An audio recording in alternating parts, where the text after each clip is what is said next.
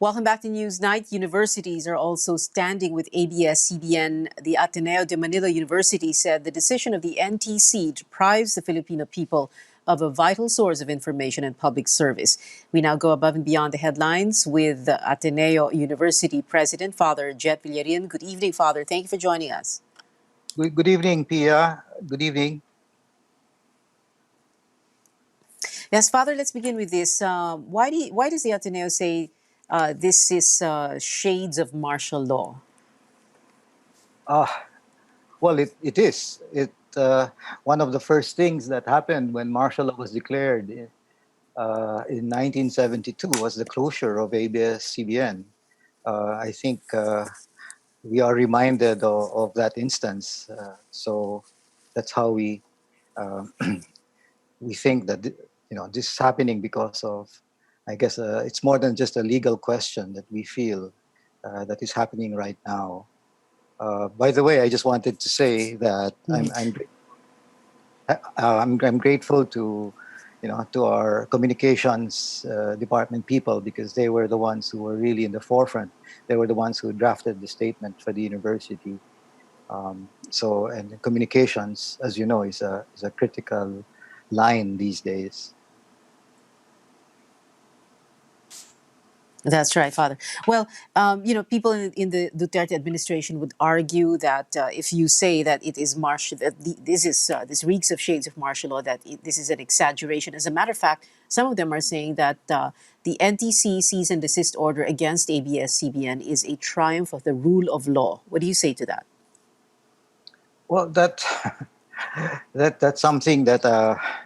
Well, first, I had to also confer with our own legal minds on the issue. Yes, I think that you can argue on legal grounds, but as you know, this issue of the closure is more than just legal. It is political. It is also an economic and even a health move, because our press is vitally important, especially in the communication of the truth, especially in this time of the pandemic. Uh, I'm not a legal mind myself, but I am, from what I read at least, what I don't understand is the NTC gave some assurance, that some provisional permission would be granted sometime in March. I think that was an assurance, but they seem to have reneged on their word, or at least that gave Congress some.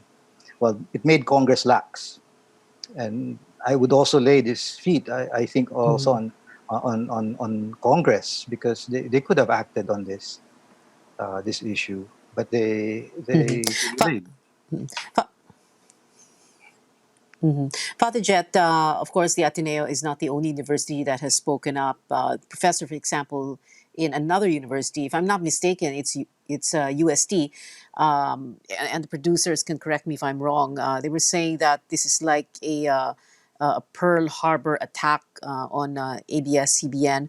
LaSalle, De La Salle University on Taft Avenue in Manila lighted up their buildings in the colors of ABS-CBN. And of course, I mentioned that because everybody loves an Ateneo LaSalle Love Fest, no? So what do you think of this? All these universities, or at least, if not the administrations of the university, several people within those schools are speaking up. What does this tell us? Well, I'm consoled by this convergence. That we're not alone in our sentiments. I felt enraged, but I had to check this with our other stakeholders, with our people. But I personally was, well, I felt when something egregious is thrust into your face, you just have to speak, and this unison of voices, I think, is telling. I don't think it's just the academe. It's also the community of artists, and it's not just the press that's raising its voice. So it's other people, other sectors as well. So that convergence for me is telling, and I hope that our decision makers, our leaders, will listen.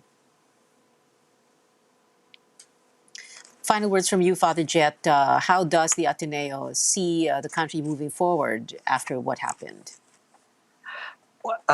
Well, we asked our legislators to act on this fast.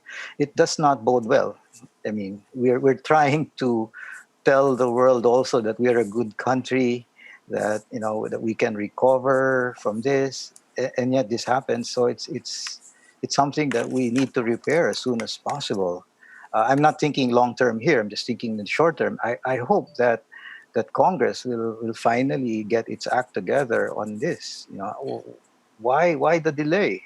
You know, I think the network has done due diligence. It has submitted all its requirements, and it's just being sort of given the runaround. You know, when the speaker was asked, "Why are you not doing this? Why are you not convening Congress on this?" He says, "There are more important things. There are more important things to tackle." I don't know what those more important things are. Well, Father Jett Villarin, thank you very much for joining us this evening. I wish we could keep you on the line because next in line naman sa interview, like I said, no, Ateneo Lasal Love Fest. Ang Lasal President naman. Maraming salamat po, Father Jett Villarin, Ateneo De Sige, walang Manila anuman. University